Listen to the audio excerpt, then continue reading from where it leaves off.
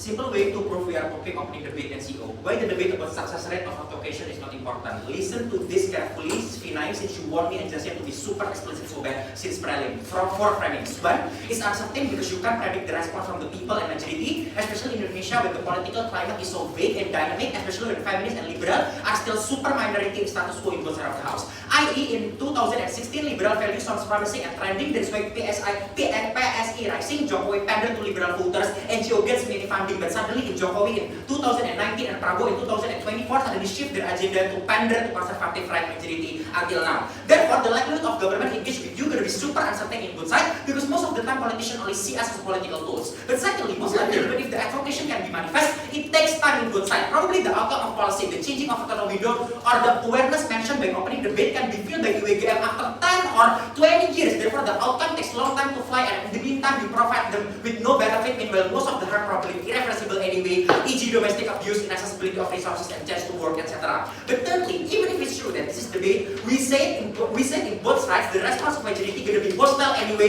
and oppose us anyway in both sides. Because if in both sides they agree with the context that in Indonesia the demographic is still super conservative, no matter what type of advocation you're gonna use, they will either think you are a bootlicker in opening government or they will think you are a rebellious SJW in opposition. Because no ideology is something that most of the time irreversible, especially when the majority in Indonesia still heavily trapped in the bubble and challenge the norm is not a common thing. Therefore, if what they want is to change the majority, I don't say this is 100% impossible, but you can wait until Justin becomes gay to achieve that, I guess. But finally and lastly, the debate about acceptance versus urgency is zero-sum and deadlock because both things will eventually need to defend massive trade-off in their side that sadly both OG and O never will, which trade-off is more tolerable. In OG, they will most likely compromise a lot and pander too much to majority that backlash the core value of feminism, but in OO, they will see as super radical and bad representation. Therefore, in so far as no one actually do analysis in what type of trade-off is less costly, at best they are playing in the scenario that is too convenient for them. What is the conclusion of all those framings? It means the debate in opening loses against Justin extension in 2 metrics, in which Kak Felix and Vinay's favorite metrics are weighing. 1 certainty, because only our side managed to prove that under our side we maintain the most important basic significant benefit. Safe space never exists in opening government and opening opposition and even closing opposition. Because fragmentation won't happen, blame game won't happen, our members leave, our movement sit down won't happen. I will rebuild and nimbun this later on my issue. But secondly, small trade-off, because I know that opposition bench would say that, oh, in CG the progress gonna be super slow. I don't care, lame benefit. Because the burden to prove massive progress applies in both sides. Because in their side, all the benefit of consolidation of power, urgency also linked into demand to change. Therefore, I'd say in so far as opposition also failed and never answered their comparative, but is it likely to change the majority? Once again, the debate about it at best is deadlocked because slow progress exists in both sides of the house, like what my 4 framings told you before. One issue that in my speech, why side opposition disrupt the safe space before that sure? This is a proposal motion. Notice closing government never mechanized all of this benefit. Yes, this is the mechanization and this is evaluation debate. Exactly when what happened in society is we constantly want to do confrontation, but nothing happened for so long, decades, and from reformation until now. Prove that all the benefit coming from opposition, no matter what the manual you refer to, restaurant pasting, value debate, I don't really care about that. Proof that never actually exists in opposition side of the house. At best, they only attacking Gov. It's bad, but never give the comparative why their side is going to be better.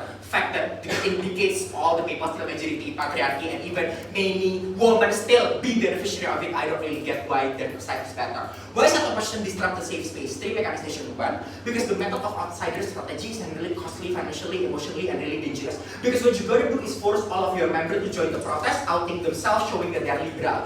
Note that opposition can take scenario that too convenient for them by saying that, oh, we're not going to force them, we give them choice, because all of their benefit literally rely on how much members join the advocation.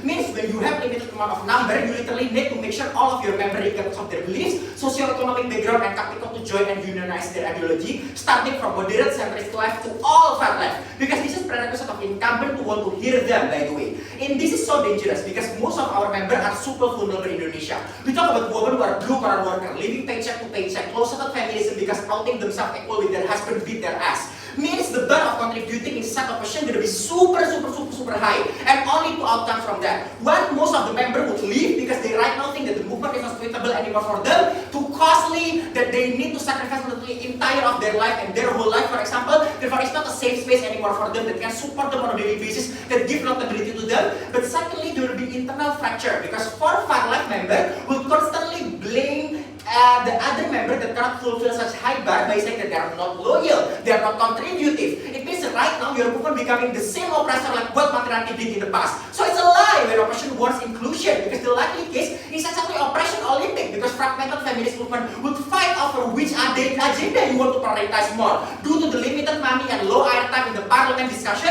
it's even make our movement become fragile to external infiltration. So easy for patriarchy to ask their boyfriend not to leave the movement because they say that, oh, it's useless, it's keep bad-mouthing your own husband, etc. And so easy for government to bribe the middle upper agenda to sabotage the movement, for example. So CO never give analysis how they can consolidate power. So I try to comparative. I agree with Faila that, oh, people want accountability, oh, people want to be represented, but not that. Number one, this is at best overgeneralization, because even most of the women that living in the rural area is still beneficiary of the patriarchy. They still think that their husband is right.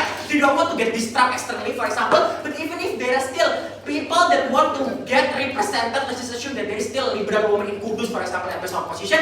I still questioning what is the process of prioritization will look like in your side of the house, because I managed to eventually prove that the internal fracture will exactly worse in your side of the house. What is our comparative? Stick in status quo. We want organic changes from internal community. We want to focus our resources on grassroots program, for example, assisting vulnerable women that get domestic abuse, funding posyandu, for example, like letting the feminists from the first world country represent us and fight in the grassroots and not us, for example, directly to do that, because we still in the early stage of feminism. Why all the certain and basic support such as sharing group, bantuan beras or minyak and scholarship that exist in status quo cannot be caught by oppression and will be missing in their side, is because right now when you do confrontative method and radical method, you will reallocate all of your resources that is already limited to begin with to do this. Because once again, the perception of you to can be success, even though it's not likely to success anyways, if they never prove it, it's gonna be late in country if they want to input the likelihood, it's gonna be super low. Therefore, you need to reallocate all of your member in number, all of your money from all the